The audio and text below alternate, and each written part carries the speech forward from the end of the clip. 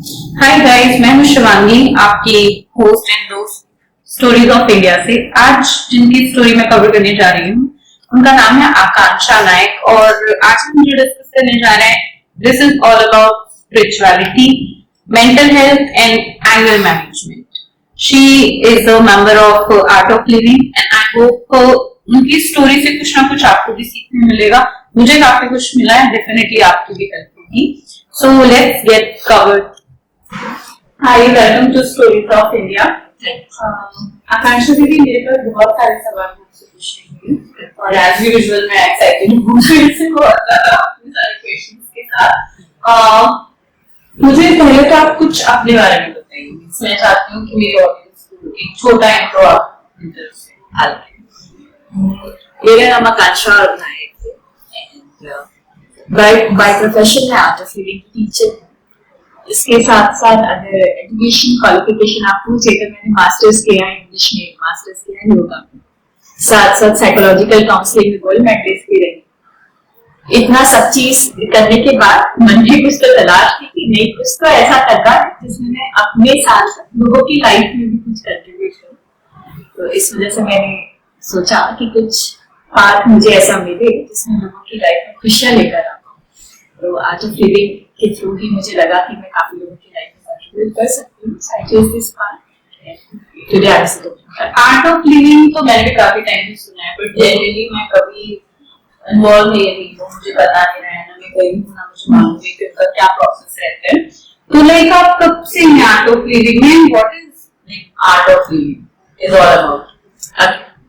So art of living क्या है ये बताने से पहले मैं आपको ये बताना चाहूंगी कि आज से कुछ साल पहले इन 2007 लाइफ बहुत मोनोटोनस थी। स्टूडेंट लाइफ कैसे रहती है, कंपटीशन रहता है उस समय कि आपको बड़े होकर कुछ अचीव करना, तो उसके लिए आपको बहुत सारे कंपटीशन फेस करने होते हैं, एग्जाम्स फेस करने होते हैं, पेरेंट्स के एक्सपेक्टेशंस इतनी ज्यादा होती है कि तुमको डॉक्टर बनना है या इंजीनियर बनना है या इस फील्ड पे जाना है। उस समय मन में इतना ज्यादा डिस्टर्ब था कि मुझे समझ में नहीं आ रहा था कि लाइफ में करना क्या। तो उस समय एक जैसे हीरो की एंट्री होती है ना मूवी में, उसी तरीके से आर्ट ऑफ लिविंग की एंट्री हुई मेरी लाइफ में। 2007 में जब मैंने फर्स्ट टाइम में कोर्स किया, उस समय उसका नाम बेसिक कोर्स हुआ करता है, जो एंट्री लेवल कोर्स होता है। तो 6 डेज का प्रोग्राम मेरी लाइफ के लिए एक लाइफ चेंजिंग प्रोग्राम था। उस समय उतना कुछ तो नहीं चमका, लेकिन ये समझ में आ गया कि इसमें कुछ तो एक ऐसा चीज सिखाया जाता है जो लाइफ को बहुत पॉजिटिव बना देता है। एंड क्योंकि कुछ अच्छा हो रहा है तो क्या और इससे मैं ले सकती हूँ, इस वजह से मैं आर्ट ऑफ लिविंग में जुड़ी रही। एंड ये सिलसिला ऐसे चलता रहा कि बहुत सारी लाइफ में, खुद की लाइफ में चेंजेस मैंने देखना चालू कर दिया। एंड आर्ट ऑफ लिविंग का जो मेन पर्पस है कि सबकी लाइफ से स्ट्रेस हटाना और सबकी लाइफ में स्माइल लेकर आना, खुशियां लेकर आना। तो मुझे लगा कि ये हम यहाँ पे सिर्फ अपने बारे में तो नहीं सोच रहे हैं, दूसरों के बारे में भी सोच रहे हैं, जो मैं बचपन से सोचती थी कि दूसरों की लाइफ में क्या कंट्रीब्यूट मैं कर सकती हूँ, right. And art of living के इसी मकसद के साथ आगे बढ़ते रही। कुछ साल निकलते गए एंड काफी लोगों की लाइफ में जब चेंजेस मैंने खुद अपनी आंखों से देखा, ये साथ साथ काफी लोगों की लाइफ में वो जब चेंज मैंने देखा, मुझे लगा कि अपने लाइफ के लिए तो सब कुछ सोचते हैं, अपने कैरियर के लिए सब कुछ सोचते हैं। पेरेंट्स के एक्सपेक्टेशंस जो मुझे बार बार ऐसा लगता था कि उनकी एक्सपेक्टेशन भी मुझे लेकर काफी ज्यादा है। तो उस समय मुझे लगा नहीं, मैं सिर्फ अपने बारे में नहीं सोच सकती इस टाइम पे, जहाँ पर लोग खुद जो मैं प्रॉब्लम फेस कर रही हूँ, काफी सारे लोग स्पेशली यूथ जो फेस कर रहे हैं, मुझे उनकी अगर मैं हेल्प कर पाऊँ तो मेरे लिए एक अचीवमेंट से कम नहीं है। एंड जैसे ये जर्नी चालू हुई 2015 में as an art of living teacher introduce हुए, जब मुझे लगा नहीं ये काम मुझे आगे करना है। एंड उसके बाद एज अ टीचर मैं आर्ट ऑफ लिविंग में सेवा देना चालू किया। एंड गुरुदेव श्री रविशंकर जी का जो ऑर्गेनाइजेशन है, उनके हम सब वॉलंटियर्स हैं, उनके मोटिव के साथ हम सभी जुड़े हैं। तो ये वाला जो आपने पॉइंट बोला कि वो आप कभी सही गाइडेंस मिल जाते हैं, और एक ये रहता है ना, ये वाला जो सबकी लाइफ में रहता है। और मैं देखती हूँ कि आज की जनरेशन जो है वो तो बहुत ज्यादा मतलब उनको पता नहीं है, वो पढ़ते कुछ है करते कुछ है, उनको करना कुछ है करना कुछ चाहते हैं। सो इट समहाउ कहीं किसी प्रेशर में है, कोई सोशल फंडिंग की प्रेशर में है, किसी को काम का प्रेशर है, तो किसी को रिलेशनशिप का प्रेशर है, अलग अलग चीजों का प्रेशर है, वो डील करते हैं।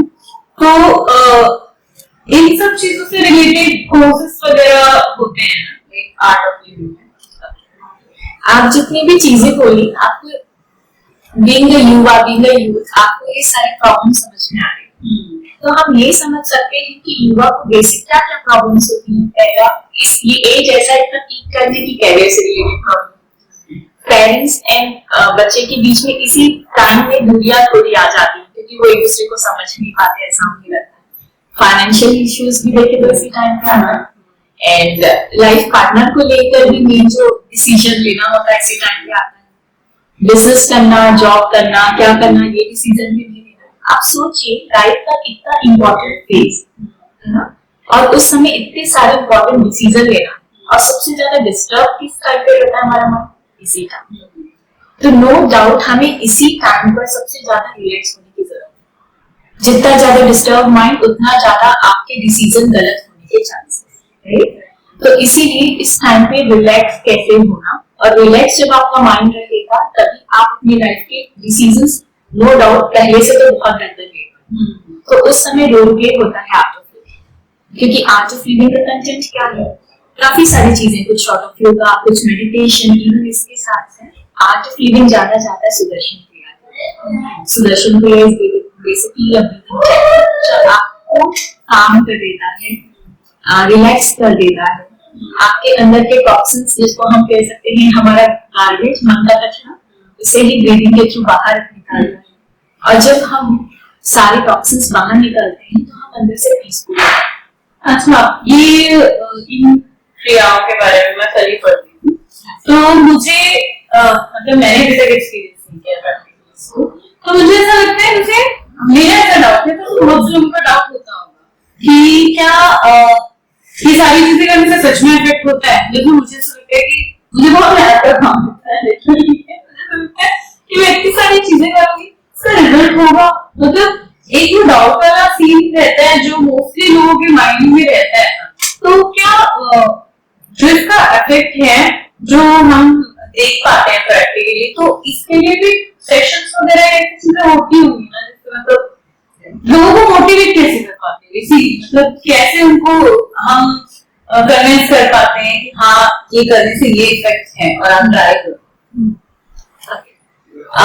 मैंने ना बचपन से सुना था कुछ पाने के लिए कुछ खोना पड़ता है, लेकिन आर्ट ऑफ लिविंग में आने के बाद मुझे लगा कुछ पाने के लिए कुछ करना पड़ता है। yes? तो मेडिटेशन इज अ थिंग जो मुझे लगता है कि लोगों को अगर डाउट है तो एक बार एक्सपीरियंस तो जरूर करना चाहिए, क्योंकि आप इतनी सारे दिन भर में एक्टिविटीज कर रहे हो और वो एक्टिविटीज तुरंत ही तो नहीं हो जाती, लॉट्स ऑफ एफर्ट चाहिए होता है, बहुत सारे दिमाग माथा पच्ची सी करनी होती है।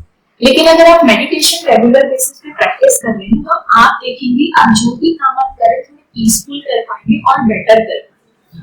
तो नो डाउट अगर ये आपको एफर्ट का काम लगता है तो भी कर लीजिए, क्योंकि इसमें फायदा हमारे लिए।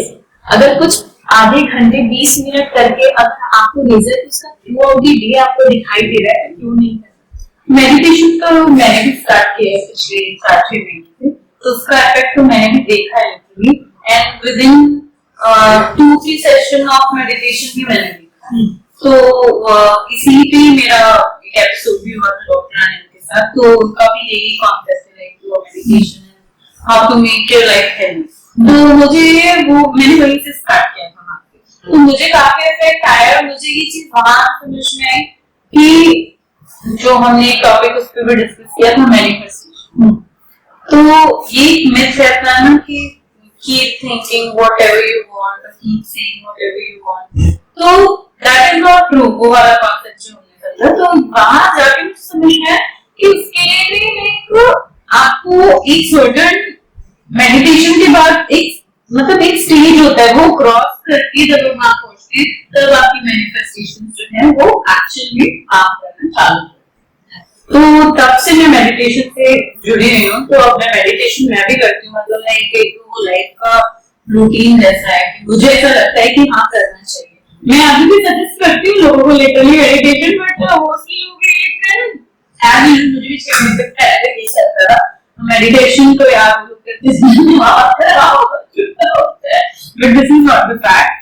तो अभी जो इतना स्ट्रेस लेवल रहता है, इतना सारा कुछ, तो आपको लगता है कि जो कभी गैप था फैमिली में, और अगर हम 4 लोग का फ्रेंड सर्कल है तो उसमें भी को अंडरस्टैंडिंग आउटर जोन से दिखती है, yes we understand, but internally अभी भी ऐसा है कि हम लोग ना अपनी हर बात, जरूरी नहीं है कि आप मेरे फ्रेंड हो तो मैं आपसे सब कुछ बोल पाऊंगी, तो वो उन सब चीजों को लेकर इंसान ना अपने आप में स्ट्रेस, बहुत ज्यादा स्ट्रेस रहता है। तो आपको भी ऐसा लगता है कि ये जो स्ट्रेस लोग हैं ये लोग समझ पाते हैं, सामने वाले समझ पाते हैं? इसके लिए मैं आपको बस ये बोलना चाहूंगी, जैसे कभी किसी मंकी को ये नहीं बोलना पड़ता कि मंकी बनो, किसी डॉग को ये नहीं बोलना पड़ता डॉग बनो, इवन किसी हाथी को ये भी नहीं बोलना पड़ता कि आप हाथी बनो, लेकिन हमेशा इंसान को ये क्यों बोलना पड़ता है बी ह्यूमन, इंसान बनो। कितने सोचने वाली बात है। हम सब इंसान है, इसका प्रूफ क्या है? एक दूसरे के लिए प्रेम की भावना है, एक दूसरे को जब हम हेल्प करते हैं या एक दूसरे के लिए हम सोचते हैं, यही वो चीज है, यही वो जो क्वालिटीज है जो हमें इंसान बनाती है। जैसे yes? तो किस रीजन से हम हमारी क्वालिटीज निकल के बाहर नहीं आती? अगर हम रोड से चल के आ रहे हैं या रोड में हम आ रहे हैं, किसी का एक्सीडेंट हो गया, हम देखते हैं वो हमारे लिए अपना नहीं है, हम निकल जाते हैं, बहुत बुरा अफसोस जताते निकल जाते हैं। यस, लेकिन सोचने वाली बात है कि अगर हम इंसान हैं तो क्या हमारे अंदर वो अपनेपन का भाव या ह्यूमैनिटी नहीं होना चाहिए? यस, तो हमारे पास बहुत सारी स्ट्रेस है, हमारा इतना सारा बर्डन्स है कि हम खुद इतने परेशान है कि जो हमारा रियल नेचर है, जो खुश रहना, जो दूसरों की मदद करना, जो दूसरों के लिए प्यार रखना, वो निकल के बाहर नहीं आता। यस, तो ये प्रोग्राम आपको कैसे हेल्प करता है? जब आपकी ये सारी जितनी भी टेंशन है, स्ट्रेस है, डिप्रेशन है, एंजाइटी, सारा चीज जब रिलीज होना चालू हो जाएगा, तो नो डाउट जो आपका रियल नेचर है वो निकल के बाहर आता है। यस, और जो मैं आर्ट ऑफ लिविंग की बात कर रही हूँ या मेडिटेशन की मैं बात कर रही हूँ, ये काम कैसे करता है? हर पर्सन के लिए अलग अलग करता है। Like I used to take courses of kids also. 8 साल से जो बड़े बच्चे होते हैं, 8 से 12 साल के बच्चों का एक प्रोग्राम होता है उत्कर्ष योगा। 13 से जो 18 साल के बच्चे होते हैं उनका होता है मेधा योगा। 18 प्लस का होता है हैप्पीनेस प्रोग्राम। तो हर एज ग्रुप के लोगों का मैं कोर्स ले रही हूँ, और समवेयर और अदर सब एज ग्रुप में उनकी जो एज ग्रुप है उनका प्रॉब्लम्स है। अगर आप बच्चे को भी पूछो तो वो बोलेगा मुझे मम्मा कोचिंग भेज देती है, मुझे डांटती है, मैं फोकस नहीं कर पा रहा हूँ, मैं कंसंट्रेट नहीं कर पा रहा हूँ, मुझे खेलना है, मुझे रोका जा रहा है। So all are facing problem in their extreme, right? सब अपनी लाइफ में अपनी तरीके से प्रॉब्लम फेस कर ही रहे हैं। तो बच्चों का प्रोग्राम क्यों डिजाइन किया? मुझे पहले लगता था यार क्यों कर रहे हैं, लेकिन मैंने सोचा बच्चों से ज्यादा उनके पेरेंट्स परेशान। क्यों पता है? क्योंकि वो कहते हैं कि मेरा बच्चा एनर्जेटिक तो है लेकिन पढ़ाई में ध्यान नहीं दे पाता। ये प्रॉब्लम तो है आज की डेट में। और कोई बोलता है कि मेरा बच्चा ना कोई एक्टिविटी नहीं करता, पता नहीं सिर्फ बैठा रहता है। तो मुझे लगा कि हर एज ग्रुप के लोगों को एक चीज कैसे काम, मेडिटेशन कैसे वर्कआउट करें, क्योंकि सबका तो अलग अलग प्रॉब्लम है। यहाँ पर जब एक तरफ से हम बात कर रहे हैं युवाओं की, यूथ की, कि वो यूथ जो है उनकी लाइफ में ये सारी प्रॉब्लम्स आ रही है जो अभी मैंने कहा, चाहे वो पॉकेट मनी की हो, चाहे वो करियर डिसाइड करने का, और वहीं पे बच्चों की एनर्जी लेवल पे वर्क कर रहा है, ये कैसे हो सकता है? तब मुझे रियलाइज हुआ कि मेडिटेशन अगर मैं कर रही हूँ तो मुझे जिस तरीके से कॉन्फिडेंस मिल रहा है, जिस तरह से रिलैक्सेशन मिल रहा है, वही सेम मेडिटेशन मैंने अपने दूसरे पार्टिसिपेंट से मैंने पूछा। कोई कहते हैं कि दीदी मैं ना बहुत ज्यादा लाइक कंसंट्रेट नहीं हो पाती थी या फोकस नहीं हो पाती थी, फिगर करने के बाद मुझे बहुत ज्यादा फोकस फील हो रहा है। कोई बोल रहा है कि मैं सिचुएशंस को बहुत अच्छे से डील कर पा रही हूँ आफ्टर डूइंग मेडिटेशन। तो मुझे समझ में आया कि प्रॉब्लम्स कई सारी, मेडिटेशन आपके ऊपर आपके लेवल पे वर्क कर रहा है। Like if someone is taking medicine, अगर वो कोई मेडिसिन खा रहा है तो मेडिसिन अपना काम कर रहा है, इनहेलर ले रहा है तो वो उस तरीके से काम कर रहा है, कोई लिक्विड सिरप ले रहा है तो वो उसके तरीके से काम कर रहा है। तो जिस तरीके से मेडिसिन अलग अलग तरीके से काम कर रहे हैं, उसी तरीके से मेडिटेशन भी आपके अंदर बहुत अलग अलग एक्सट्रीम लेवल पे काम कर रहे हैं। इवन जितने जो लोग एजेड भी हो जाते हैं, उनके अंदर स्टेमिना की अगर कमी हो रही है, उनको अगर ऐसे थकावट हो रही है, तो मेडिटेशन के पहले कुछ प्राणायाम प्रैक्टिसेस करा के जिसमें आपकी लंग्स की कैपेसिटी इंक्रीज होती है। तो समवेयर और दी अदर ये सारे एज ग्रुप के लिए बहुत जरूरी है। यस, और सब अपनी लाइफ में दो चीज चाहते हैं। व्हाट इज द दो चीज? पहला वाले अपनी लाइफ में फ्रीडम चाहते हैं, दूसरा अपनी लाइफ में हैप्पीनेस चाहते हैं। और पूरी मेहनत इसी के लिए हो रही है। इफ समवन इज स्टडीइंग, कोई जॉब कर रहा है, कोई काम कर रहा है, कोई चिल मार रहा है, तो उनकी लाइफ में दो चीजें ही चाहिए, उसी के लिए पूरी मेहनत है। यस, उसी के लिए पूरा कॉम्पिटिशन है, उसी के लिए स्ट्रेस है, सब चीज उसी के लिए हो रहा है, राइट? तो अपने गोल को अचीव करने के लिए ये मेडिटेशन वाले आर्ट ऑफ लिविंग का प्रोग्राम हेल्प करेगा। जो आर्ट ऑफ लिविंग के प्रोग्राम्स होते हैं, इस आर दे चार्जेबल और they are free of cost? या जैसे अलग अलग जगह पे अलग अलग डोनेशंस होते हैं। जैसे कोई भी ऑर्गेनाइजेशन हम जब रन करते हैं तो काफी सारे एक्सपेंसेस होते हैं, काफी सारे सेवा प्रोजेक्ट्स चलते हैं, क्योंकि आप क्या इवन जैसे हमारा आर्ट ऑफ लिविंग में कहूँ ट्रिपल एस के बेसिस पे चलता है। First is sadhana, second is seva, third is satsang. Sadhana is what doing meditation, pranayama and all. Seva is what दूसरों के लिए कुछ करना। जब इतनी सारी एनर्जी, इतने सारे हैप्पी पीपल अगर एक साथ यूनाइट होते हैं, तो जब मैं अकेले अगर मैं कह सकती हूँ कि मैं खुश हूँ, तो मैं लोगों के लिए कुछ करने का मन होता है। तो आप सोचिए जब बंच ऑफ पीपल एक साथ मिलते होंगे तो उनको भी एक सेवा का काम करना चाहिए। तो उसी तरीके से आर्ट ऑफ लिविंग में काफी सारे सेवा प्रोजेक्ट्स चलते हैं, जिसमें मेरा वन ऑफ द फेवरेट मैं कह सकती हूँ गिफ्ट एंड स्माइल, जिसमें काफी सारे बच्चों को फ्री ऑफ कॉस्ट में एजुकेशन दी जा रही है। तो सेवा होता ही है, राइट? एंड सत्संग is for being in a good company या रीडिंग गुड बुक्स या कुछ अच्छे सॉन्ग सुनना जो आपको पॉजिटिविटी देता है, राइट? जो आपकी इनर सेल्फ को टच करता है।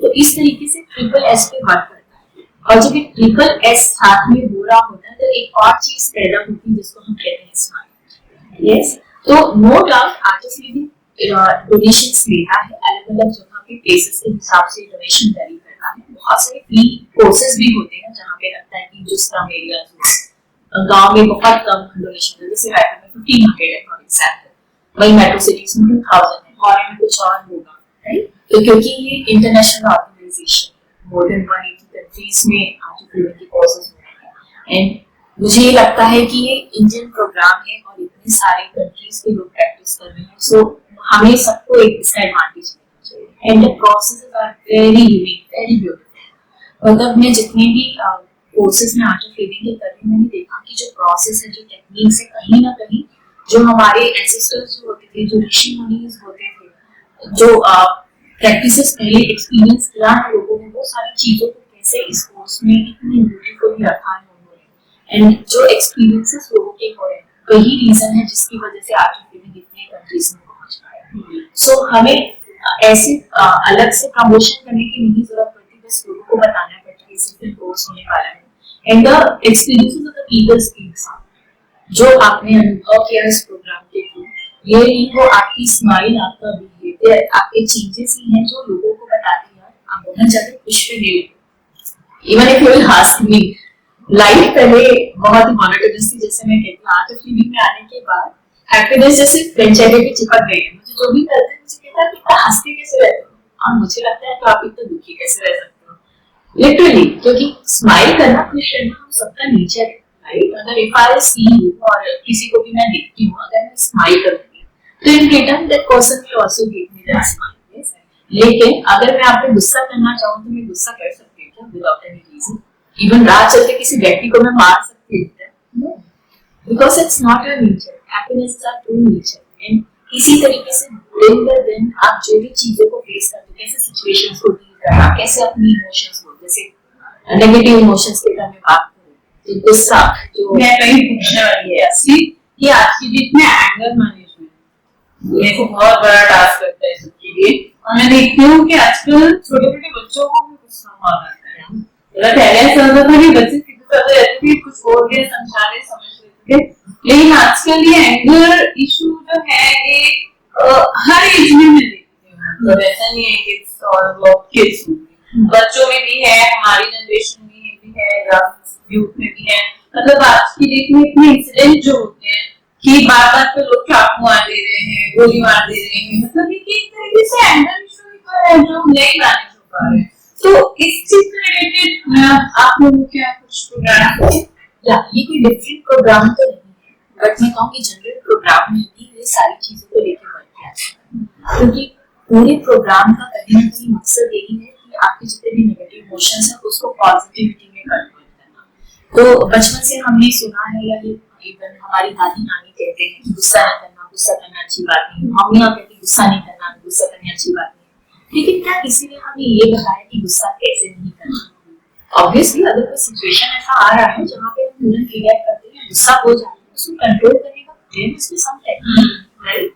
और वही सारी चीजों को लेकर आर्टिफिशियल में टेक्निक है जिसको अगर आप रेगुलर बेसिस पे प्रैक्टिस करते हैं तो आपके गुस्सा आएगा लेकिन थोड़ी देर के लिए चला जाएगा। Because we all are human, right? मैं ये नहीं कहूँगी आर्ट ऑफ लिविंग का कोर्स करने के बाद तुरंत आप इतने अच्छे हो जाओगे कि आपको किसी से कोई प्रॉब्लम नहीं है, सारा सिचुएशंस आपके अंडर है। Art of living is basically working मतलब आपके इनसाइड माइंड।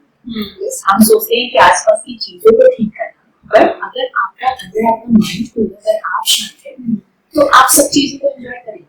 जैसे लाइक अगर आपका मन खुश है तो आप कोई सड़ी सी मूवी भी देखने जाते हो तो ये एंजॉय करेंगे। लेकिन अगर आपका मन खराब है तो 3 इडियट जैसी मूवी देखने भी जाओगे और आप उसको एंजॉय करने नहीं आ पाओगे। पूरा खेल किसका है? आपके माइंड का। और मैं ये कहती हूँ माइंड हमेशा हमारा कहाँ रहता है? या तो पास्ट या फ्यूचर में। जिस चीज की हम बात कर रहे हैं वो प्रेजेंट में है ही नहीं, तो उसको हम कैसे अलर्ट करें, कैसे हम खुश रखें? यस, तो पास्ट और फ्यूचर में हमेशा हमारा माइंड खुलता रहता है। जैसे हमेशा सोचते रहने की एक आदत है, या तो पिछला सोच रहे होते हैं या हम ये सोच रहे हैं हमें आगे क्या करना है, या जो पीछे है वो। पास्ट और फ्यूचर में बस होता अगर हमारा मन रहेगा तो हम इस मोमेंट में कुछ नहीं कर पाएंगे। अगर आप अपने माइंड को थोड़ा क्लियरली अगर आप देखते हो तो whenever we are thinking about the past, हमेशा देखना मैक्सिमम टाइम हमें गिल्ट होता है, रिग्रेट होता है, काश ऐसा हो जाता, काश मैं ये कर लेती, काश वो हो जाता। हमेशा कहीं ना कहीं गिल्ट, रिग्रेट ऐसे नेगेटिव चीजें होती हैं माइंड में आती है।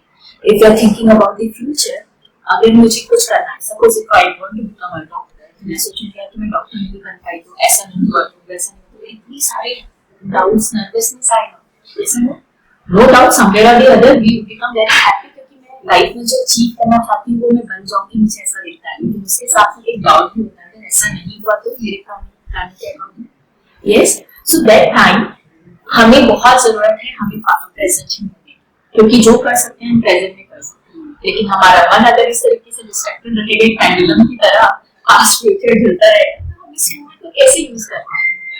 तो ब्रेथ ही है जो आर्ट ऑफ लिविंग जो मेन जिस चीज को लेकर वर्क करता है वो हमारी कहते हैं जो खुद प्रेजेंट में है वही हमें प्रेजेंट में ला सकता है। And breath is the only thing जो प्रेजेंट में रहता है। हम ये तो नहीं कह सकते ना कि अभी हम कुछ सांसें ले लेते हैं, कुछ ब्रेथ ले लेते हैं, बाद में आराम से चिल मारेंगे, या हम ये तो नहीं कह सकते कि ठीक है चिल मारते हैं बाद में आराम से ब्रेथ लेते। तो जो खुद प्रेजेंट में है वो हमें प्रेजेंट में ला सकता है और यही ब्रेथ को ट्यून बनाता है। आर्ट ऑफ लिविंग में सुदर्शन क्रिया या प्राणायाम कहें या मेडिटेशन में हर चीजों में ये करता है। यस, आपने अपनी एजुकेशन का जैसे बताया तो आप काउंसलिंग करती ऑन पर्सनल बेसिस, फिजियोलॉजी आपने की, साइकोलॉजी आपने की हुई है, तो लाइक आप पर्सनली काउंसलिंग करती हैं? ओके, तो counselling, psychological counselling is one of my favourite subject. तो जब मैं आर्ट ऑफ लिविंग की टीचर बनी, आर्ट ऑफ लिविंग टीचर बनने के बाद काफी सारे लोग, क्योंकि मैं कोर्सेज लेती हूँ, टीम्स के कोर्सेज लेती हूँ, यूथ के कोर्सेज लेती हूँ, इवन बड़े लोगों के, मतलब एक तरीके से हर एज ग्रुप के लोगों का कोर्स लेती हूँ। अलग अलग लोग आते हैं मुझे अपनी लाइफ में कि ये कोर्स ऐसा है ना, इतनी ब्यूटीफुली डिजाइन किया गया कि प्रोफेशनल कोर्स नहीं होता, ये एक अपनेपन वाला कोर्स होता है। एंड मुझे कहते हैं वसुधैव कुटुंबकम, वन वर्ल्ड वन फैमिली। तो एक अपनेपन का भाव आ जाता है इस कोर्स में, क्योंकि उसी बिलोंगिंगनेस के साथ टीचर्स भी एंड पार्टिसिपेंट्स भी प्रोग्राम करते हैं और एक अपनेपन का भाव जब आता है तो वो अपनी लाइफ से रिलेटेड काफी चीजें शेयर करते हैं। तो उनकी बातें सुनकर जो मुझे बेस्ट लगता सॉल्यूशन एज ए सॉल्यूशन मैं उनको हेल्प करती हूँ। मुझे कुछ टाइम बाद ऐसा रियलाइज हुआ कि इतने फेथ के साथ अगर कोई पर्सन आपके पास आ रहा है तो मैं चाहती थी कि मैं उनको बेस्ट सॉल्यूशन दे पाऊँ। शायद वही वो टाइम था जब मैंने सोचा कि क्यों ना मैं साइकोलॉजिकल काउंसलिंग करूं। तो साइकोलॉजिकल काउंसलिंग मुझे मन तो ऐसा था बाई प्रोफेशन के लिए, बट आर्ट ऑफ लिविंग में आने के बाद मुझे लगा बाई प्रोफेशन का तो मुझे पता नहीं, लेकिन अगर मैं किसी की हेल्प अगर इसके थ्रू कर सकती हूँ तो क्यों ना। तो मैंने फिर मेरी एक भैया है उन्होंने एडमिशन लिया था और देखिए कैसे प्लान एग्जीक्यूट होता है। मैंने सिर्फ ये सोचा ही था, उसके कुछ दिनों के बाद वो भैया को कॉल आया कि मैंने साइकोलॉजिकल काउंसलिंग में एडमिशन लिया है, पर 3 साल से सिनेरियो ऐसा हो रहा है कि मैं एग्जाम देने नहीं जा पा रही। तो मैंने कहा उसके एडमिशन हो सकते हैं, तो मैंने कहा बहुत करना पड़ेगा। ठीक है, क्योंकि आज फील्ड में कुछ टेक्निक सीखा था, मुझे लगा कि कंसंट्रेशन प्राणायाम, स्पेशली जिनका कंसंट्रेशन लाइक उतना ज्यादा नहीं हो पाता उनको हेल्प आउट करना। तो मैंने कहा कि हमारे पास कुछ टेक्निक है जिसका हम यूज कर सकते हैं। तो क्योंकि मैं लाइक नेशनल टीचर मैं used to travel here and there, तो काफी जगह ट्रैवल करती तो टाइम इतना बचता नहीं था, फैमिली की रिस्पांसिबिलिटी भी रहती थी, लाइक उससे मैं रहती बट मम्मा मेरी रिस्पांसिबिलिटी भी थी ऐसा। तो ऐसा हो गया था कि मुझे लगा कि नहीं कुछ करना तो चाहिए, अपनी नॉलेज के लिए प्रैक्टिस करना चाहिए। और फिर मैंने एडमिशन लिया। एडमिशन लेने के बाद पूरा दिन तो ऐसे ही निकल जाता है। एग्जाम देने गए, एग्जाम का जब रिजल्ट आया, जब मैंने टॉप किया उस यूनिवर्सिटी में, तो literally I get a call from them कि उन्होंने कहा कि अब इसका इतने मंथ का अगर आप कोर्स कर लेंगे तो आपको एक सर्टिफिकेट मिल जाएगा, यू गेट लाइसेंस और आप उसके अकॉर्डिंगली काउंसलिंग स्टार्ट कर सकते हैं। मैंने कहा इन नियर फ्यूचर तो मैं बिल्कुल करूंगी, लेकिन अभी के लिए जो मेरा पर्पस है उसको मुझे फोकस करना है।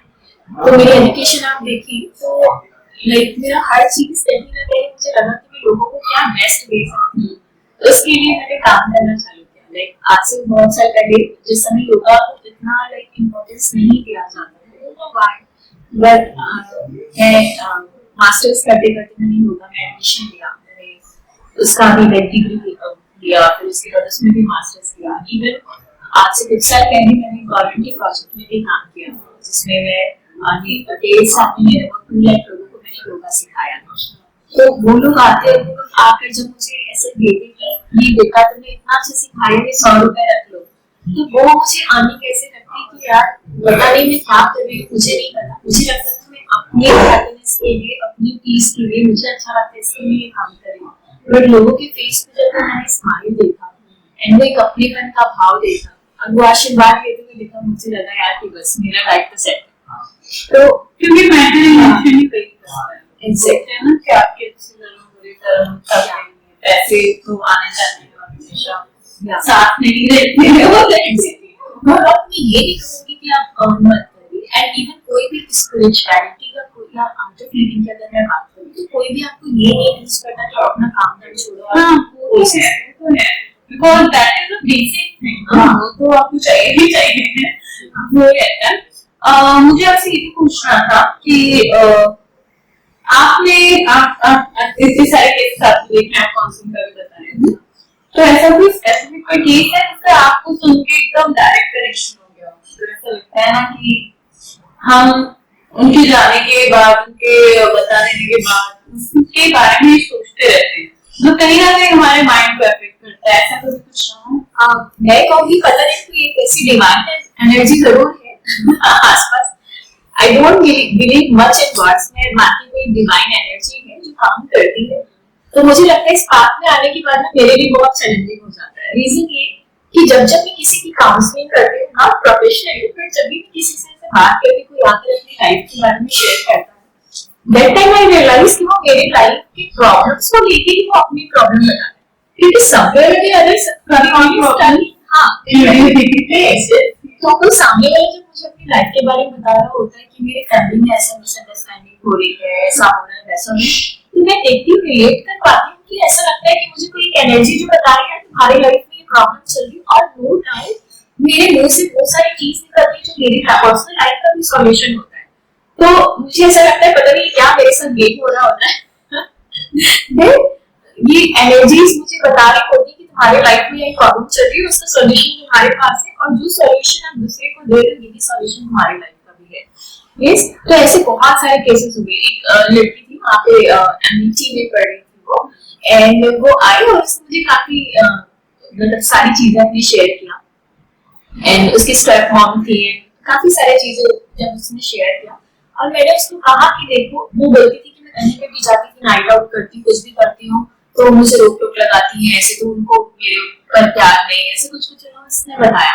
मैंने कहा कि वो तुमको रोक टोक कौन लगाता है जिसको तुम्हारी परवाह होती है। जैसे ना अब उसी टाइम था जब मेरी मम्मा मुझे बोलती थी ना कि क्या तुम आज फीलिंग कर रही हो, ऑब्वियसली ये बात इतना आसान नहीं होता है, स्पेशली तब जब आपकी पूरी फैमिली में वेल एजुकेटेड लोग हो, टेक्निकल लोग हो, लाइक मेरे ब्रदर खुद यूएस में रहते हैं, माइक्रोसॉफ्ट में जॉब करते हैं, मेरे कजिन्स बहुत अच्छे अच्छे कॉलेजेस में पढ़ाते हैं, कोई डॉक्टर है, कोई इंजीनियर है, कोई बैंक में है, तो सारे लोग जिस प्रोफेशन में है उसके बाद नो डाउट एक कंपैरिजन तो हो ही जाता है, एंड स्पेशली उस चीज के लिए जहाँ पे आपकी कोई अर्निंग नहीं है, जहाँ पे अर्निंग वाली सेवा, तो स्टार्टिंग में काफी लाइक रिस्ट्रिक्शंस होने चाहिए, नॉट दैट वॉलेट वाला बट स्टिल ऐसा कुछ कि कभी भी मुझे नहीं करना कोर्सेज के लिए या प्रमोशंस के लिए, क्योंकि कोई भी चीज ऐसे ही तो नहीं होती, तो lots of faculty did that time, तो उससे बोलते क्या क्या नाटक चल रहा है, उससे अच्छा पढ़ाई में इतना टाइम दे देते तो आज ऑन कर रहे होते,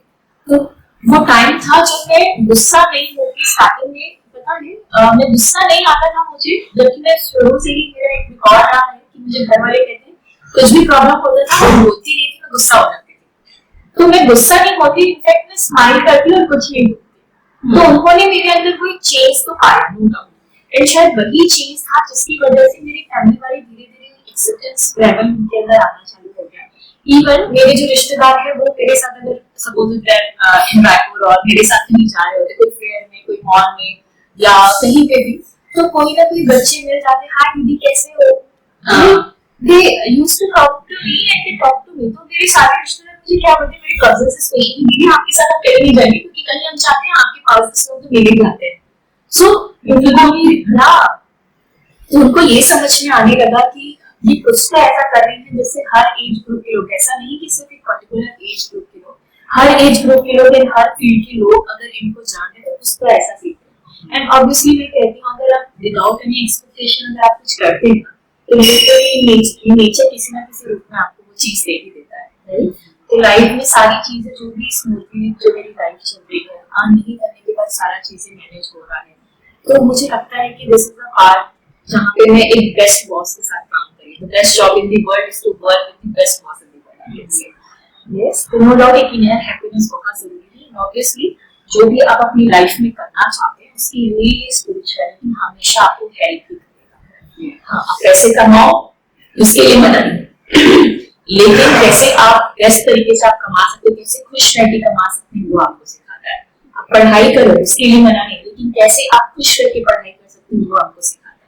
तो कैसे खुश रह के सेम जो काम अभी कर रहे हैं, जो लाइफ आप जी रहे हैं, कैसे खुश रह के करना वो सीखते हैं, राइट, तो always spirituality is an add on, मैं ये कह सकती हूँ, जो हमेशा खुश रह के वो हर सारी चीज करने के लिए मोटिवेट करता है जो आप कर सकते हैं, और बेस्ट तरीके से जो मैंने अपनी लाइफ में हर सिचुएशन में फेस किया है और उसको जिस तरीके से मैंने डील किया, लिटरली सारे लोग एप्रिशिएट करते हैं, एंड पता है मेडिटेशन के लिए सिर्फ मैं एक बात बोलूंगी, जब भी आंख बंद करते हैं तो बहुत सारे थॉट्स आते हैं, जैसे लोग कहते हैं कि मेडिटेशन इसलिए करते हैं ताकि थॉटलेस हो जाए, तो मैंने कहा मेडिटेशन थॉटलेस होने के लिए नहीं कर रहा है, नहीं, ये सारा रिजल्ट है मेडिटेशन का, हम सोचते हैं कि कंसंट्रेट करेंगे तो मेडिटेशन होगा, no, all this are the results of meditation, yes, meditation जब हम करते हैं तो नो डाउट विचारों की, थॉट्स की बम्बार्डिंग होती है और ज्यादा थॉट्स आते हैं, और एक टाइम आएगा जब आप आंख बंद करके बैठे रहेंगे, वो थॉट्स आएगा जाएगा इसी तरीके से मूव ऑन करता जाएगा, और एक टाइम आएगा जब आप एकदम स्टिल हो जाओगे,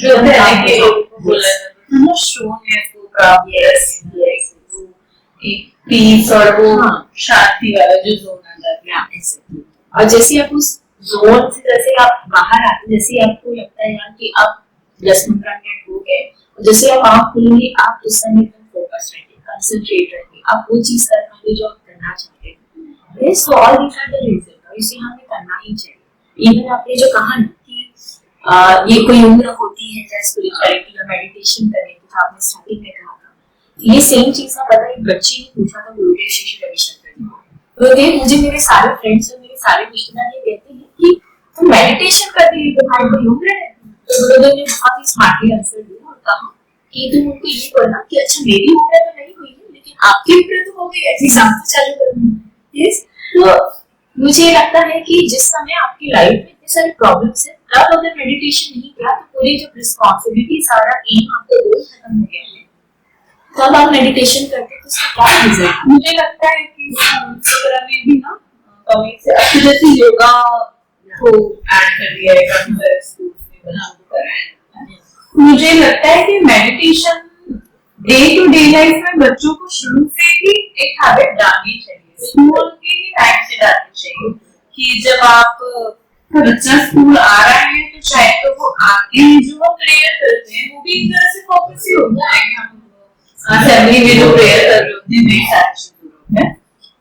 तो मुझे ऐसा लगता है कि मेडिटेशन में पहले भी सोची थी, सर के एपिसोड में मैंने यही चीज सोची थी कि मेडिटेशन, और उन्होंने उस टाइम पे भी बताया था कि साइकोलॉजी का भी जो है कि मतलब इस चीज का एक सब्जेक्ट होना चाहिए स्कूल, बिल्कुल होना चाहिए। और क्योंकि ये ऐसा है ना कि not belong to any caste और एनी रिलीजन और एनी एज ग्रुप की इसे जी कर सकते हैं या ये कास्ट वाले कर सकते हैं, ये नहीं कर सकते हैं, जैसे इतना कुछ होता है तो वैसा वाला जोन नहीं है, तो ये सभी के लिए एप्लीकेबल है। तो मुझे ऐसा लगता है कि इसको एक सब्जेक्ट सच में रखना चाहिए, जिसे शुरू से ही जो है ना हमारे आगे की जनरेशन जो हमारे कंट्रोल में नहीं है, इसके जो फोन में, मोबाइल में, आईपैड में बिजी रहती है, उनमें कहीं ना कहीं आगे भविष्य के लिए एक क्लैरिटी आएगी, बचपन से ही आएगी। तो मुझे लगता है, और आज आपसे बात करने के बाद मुझे जो और ज्यादा लगने लगा है कि मुझे लगता है कि मुझे सरकार से एक अपील आनी चाहिए मोदी जी से कि आप एक सब्जेक्ट ऐसा करिए एजुकेशन डिपार्टमेंट में जिससे भला भारत के बच्चों को भविष्य अच्छी तरह जाए।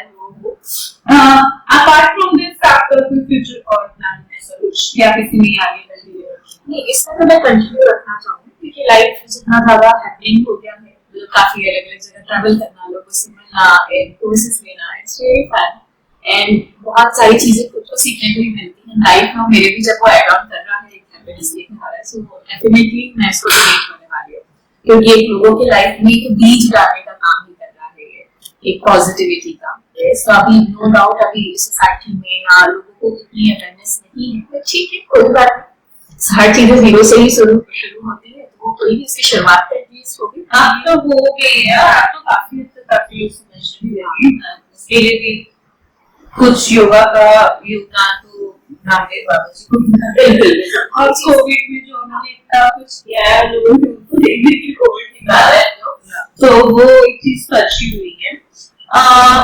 मेरे पास क्वेश्चन था एज यूजुअल, हर बात बहुत सारी रहेंगे बट एज यूजुअल टाइम अपने पास उतना नहीं कि मैं कभी आपसे पूछ पाऊंगी, बट फ्यूचर में मैं डेफिनेटली आपको फिर से रिकवर करूंगी अपने दूसरे क्वेश्चन के साथ। तो मैं ये चाहती हूँ कि आप 2 क्विक एडवाइस जो है ऑडियंस को दें अपनी तरफ से इस चीज को लेके कि कैसे उनको अपने आप को मोटिवेट करना चाहिए। आप जो समझाएंगे अब तक जो आपने बताया मेडिटेशन या जो अपने एंगर इश्यूज को लेके हैं, जो सारी चीजें उनको लेके किस तरीके से अपने आप को मोल्ड करना चाहिए या क्या, तो 2 क्विक एडवाइस। तो फर्स्ट एडवाइस मैं देना चाहूंगी क्योंकि मैंने काफी टाइम से प्रैक्टिस की है, अपने आप के लिए थोड़ा समय जरूर दीजिए। लाइक अपने आप को जब तक कि आप खुश नहीं रखेंगे, रिलैक्स नहीं रखेंगे, तो आप दूसरों के लिए क्या कर पाएंगे। आपकी रिस्पॉन्सिबिलिटी खुद की नहीं है, आपके परिवार की भी है, आपके बच्चों की भी है, या आपके नियर एंड डियर वंस के लिए, सोसाइटी के लिए। सो सबसे पहले अपने आप को खुश रखिए, that's it. The main motive is आपका खुश रहना हम सबके लिए बहुत जरूरी है। यस, सो जो भी टेक्निक्स आपको समझ में आते, चाहे वो मेडिटेशन हो, चाहे स्पिरिचुअलिटी हो, चाहे गुड बुक्स हो, चाहे यूट्यूब के म्यूजिक हो या गुड म्यूजिक हो, जो आपको पॉजिटिविटी देता है उसके लिए जरूर आप काम करें, है ना। हम सबके लिए हमेशा सोचते हैं इसका क्या होगा, उसका क्या होगा, अरे भाई आपके जाने के बाद भी सब कुछ होगा। तो अभी जो मैटर करता है एग्जैक्टली, ये मेरा एक मेन पॉइंट ये रहता है लाइफ में, जब मैं लोगों को बहुत ज्यादा वरीड देखती हूँ या किसी चीज बहुत ज्यादा डेडिकेटेड देखती हूँ, या कुछ लोग होते हैं जो फैमिली ओरिएंटेड होते हैं, मतलब उन्हें कुछ समझ ही नहीं आता उसके आगे। तो मैं उनसे एक बात हमेशा समझाती हूँ, इस लाइफ में मुझे ये क्लिक हुआ कि आज आप हैं तो भी चीजें हो रही है, कल आप नहीं रहेंगे तो भी होगा, कल आप नहीं थे तो भी होना। तो किसी चीज को अपने ऊपर इतना प्रेशर लोग ले लेते हैं जो कि कैसे होगा, या मुझसे हो गया या मैं नहीं, तो ऐसा नहीं, ऐसा कुछ नहीं है। जिंदगी चल रही है, चलेगी। आपके रहने से नो डाउट आप ऐसा कुछ काम करो जो आपके जाने के बाद लोगों को फर्क लेकर आ पाए। यस, तो वो काम तो जरूर करिए। इवन आप मुझे क्वेश्चन पूछा था आप और क्या करती हैं, तो मैं ये कहूंगी कि मैं लर्न करती हूँ। मैं हर बार कभी भी ऐसा मौका नहीं छोड़ती। अगर आज मुझे मन है कि मुझे ये चीज सीखना चाहिए, वहाँ जॉब भी करना पड़े, तो मुझे लगता है ठीक है, एक बार करके देखते हैं, क्या दिक्कत है ना।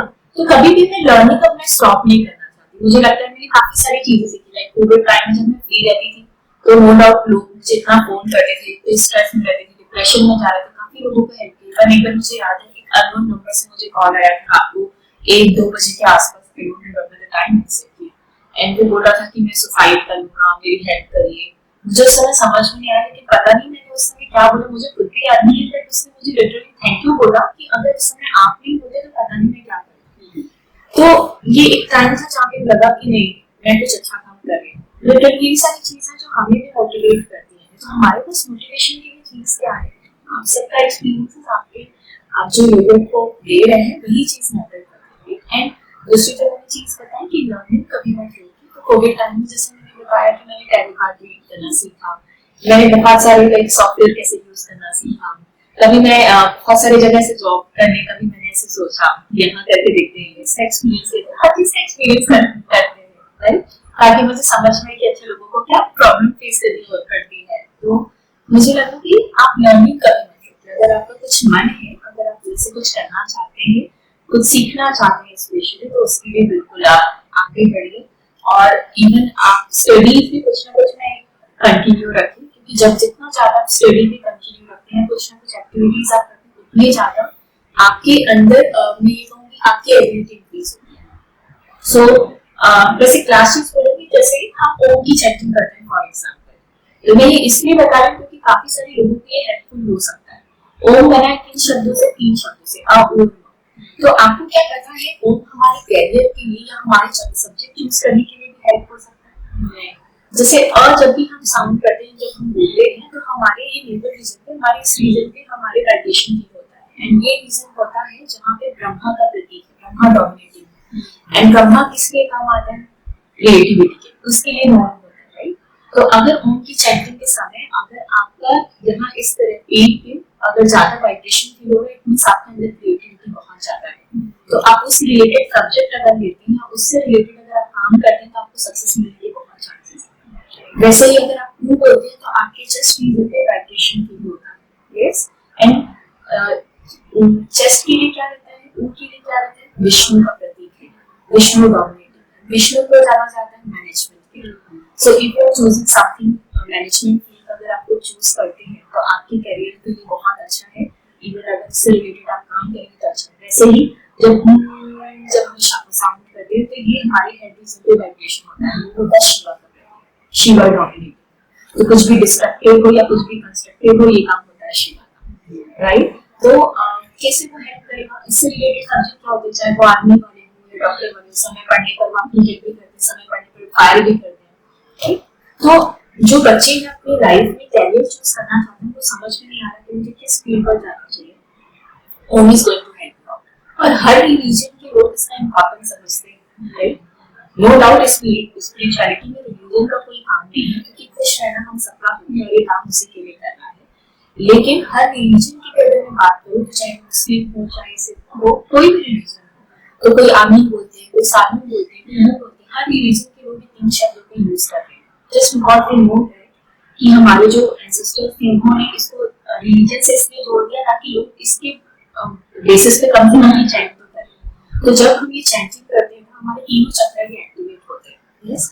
तो जहाँ पर आपकी ज्यादा वाइब्रेशन है, मींस आपको वो फील्ड चूज करना चाहिए, आपके लिए बहुत हेल्पफुल होगा। इवन इफ यू वांट, जैसा कोई हाउस करते हैं, उनको समय आने पर क्रिएटिव भी होना पड़ेगा, समय आने पर मैनेजमेंट भी करना, समय आने पर उनको कंस्ट्रक्टिव भी होना पड़ेगा, डिस्ट्रक्टिव भी होना पड़ेगा, हर चीज उनकी एक्टिव चाहिए। रेगुलर बेसिस पे ओम की चैंटिंग करें, तो नो डाउट अगर हम इस तरीके से कुछ अच्छे वर्ड्स भी चैंटिंग करते हैं, कुछ अच्छी चीज बोलते भी हैं, तो उसका भी रिजल्ट इस तरीके से होता है। सो मैंने कभी नहीं सोचा था कि ओम क्या मेरी इस चीज के लिए कैरियर डिसाइड करने के लिए भी हेल्प कर सकती है। Even if you are working in office, अगर आपके अंदर 10 एम्प्लॉय है, अगर आप किसी के अंदर क्रिएटिविटी ज्यादा, आप उसको मैनेजमेंट वाला काम दे दोगे, तो बहुत चांसेस है वो अच्छे से नहीं कर पाएगा। सो आप जिस फील कर रहे हैं, आपको पता होना चाहिए सामने वाले के अंदर कौन सी चीज डोमिनेट है, इस काम भी अच्छे से होगा। सारे लोगों के लिए सिर्फ यही मैसेज है, जो भी रिलीजन से इट्स हार्डली मैटर्स, लेकिन आपके अंदर की चक्र क्रिएट करिए ताकि आप अपना जो काम करना चाहते हैं लाइफ में, जो चीज अचीव करना चाहते हैं, जो आपका गोल है,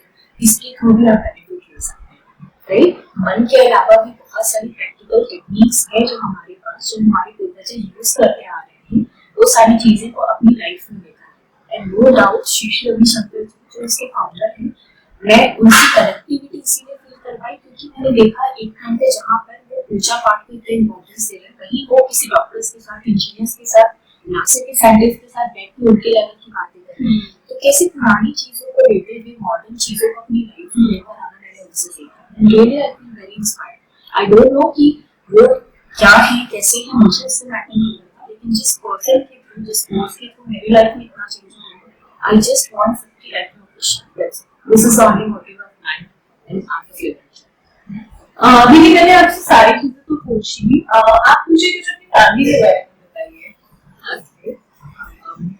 जैसे मेरे काफी छोटे में मेरे फादर एक्सपायर हो गए थे, मम्मा एंड ब्रदर ही मेरे रहते थे। ब्रदर जैसे मैंने बताया वो बाहर रहते, मम्मा की रिस्पॉन्सिबिलिटी मेरे ऊपर है।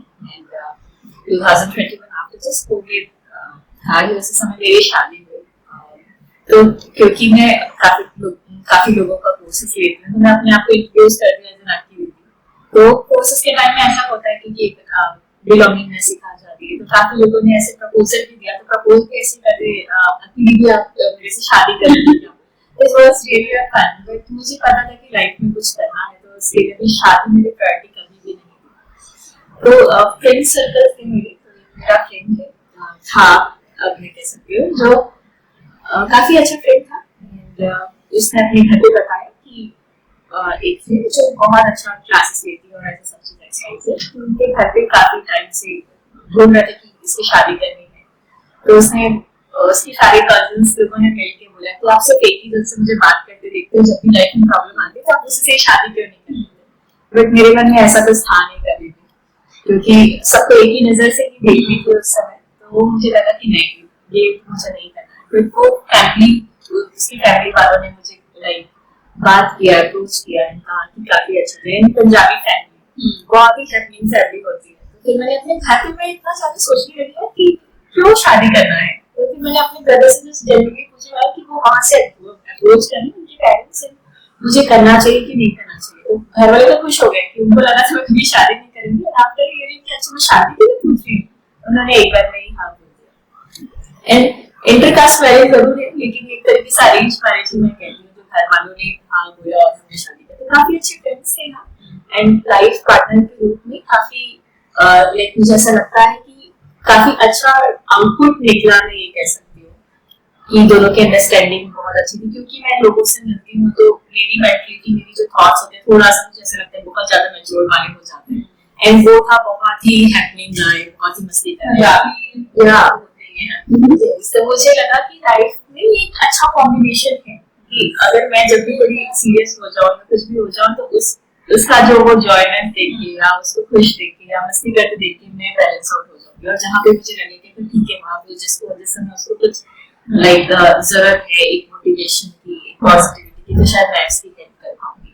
और वही वो थॉट था जब हमने शादी के कुछ टाइम बाद ही हमारी एक छोटी बेबी है। पूरी प्रेगनेंसी के दौरान भी कोविड टाइम चल रहा था, प्रेगनेंसी के दौरान भी मैं कोर्सेस ले कोविड बेबी या तो हाँ मैं ये कहती कि बहुत ही डिवाइन बेबी मैं ये कह सकती हूँ। इसलिए मैं अपनी बच्ची है इसलिए नहीं, लेकिन बहुत सारे एक्शंस में उसके देखती हूँ तो मुझे लगता है यार कि ये कैसे हो सकता है। तो मुझे लगता है कहीं ना कहीं फर्क पड़ता है। कहते हैं ना जब प्रेग्नेंट होते तो जो आप एक्टिविटी कर रहे हो, जो सारी चीजें कर रहे हो, उसका फर्क बच्चे पे भी होता है, राइट। तो पूरी कोर्सेस मैंने लिया पूरी कोविड टाइम में, पूरी प्रेगनेंसी में। जब वो हुई तो मुझे ऐसा लगा नहीं था उसके कुछ कोई डिफरेंट है। बट अभी जब मुझे उसकी हरकतें देखती हूँ, उसकी बातें मैं सुनती हूँ, तो मुझे लगता है कि जितना मैंने कमाया है वो शायद उसके रूप में मुझे एज अ गिफ्ट मिला है। Very grateful. पूरी entire family, Punjabi family, no doubt again से बहुत ही हैपनिंग होती है, बट इंटायर फैमिली बहुत ही लविंग है, बहुत ही कोऑपरेट करते हैं हर काम के लिए। तो आप सोचिए जहाँ पे खुद की फैमिली एक्ट नहीं कर रही थी, जहाँ पे अगेंस्ट ये सब कामों के लिए, और वो फैमिली ने मुझे जैसी मैं वैसे ही एक्सेप्ट किया। एंड मुझे इसके बाद भी मुझे ट्रैवल करने देते हैं, तो उनको कहीं ना कहीं पता है कि she is doing something great. And even husband आपके साथ है, तो काफी लोगों ने मुझे एक एप्रिशिएट भी किया एंड हेल्प भी किया कि मैं यहाँ तक पहुंच पाऊँ। I am really grateful. किसी ना किसी रूप में जो मैं काम कर रही हूँ तो इस रूप में एज ए गिफ्ट मुझे मिल रहा है and I am really feeling blessed and grateful. मैं जो भी हूँ इन सबकी वजह से। Yes, thank you so much, आपने इतना प्रेशियस टाइम दिया और इतना कुछ इंफॉर्मेशन हमें दिया। और मैं डेफिनेटली ऑडियंस से यही बोलूंगी कि if you have any like issue related to animal or any management kind of thing, we will definitely link the profile of Akansha with you and तो add करूँगी अपने वीडियो की लिंक में, इनका लिंक डालूंगी मैं, तो आप डेफिनेटली इससे डायरेक्ट कांटेक्ट कर सकते हैं और इनके थ्रू आप ये जान सकते हैं कि आने वाले दिनों में इनके कोर्सेज कहाँ क्या कैसे होने वाले हैं, तो ये डेफिनेटली आपकी हेल्प करेंगी। और थैंक यू सो मच आज इतना टाइम देने के लिए। और मैं आपसे ये जानना चाहती हूँ कि आप मुझे ये सजेस्ट करिए कि आपको किस चीज के बारे में और इन्फॉर्मेशन चाहिए, सो दैट मैं उसके अकॉर्डिंग अपनी गेस्ट अब जो मैं उन्हें आपके अकॉर्डिंग इनवाइट करना चाहती हूँ। So thank you so much, see you again, thank you.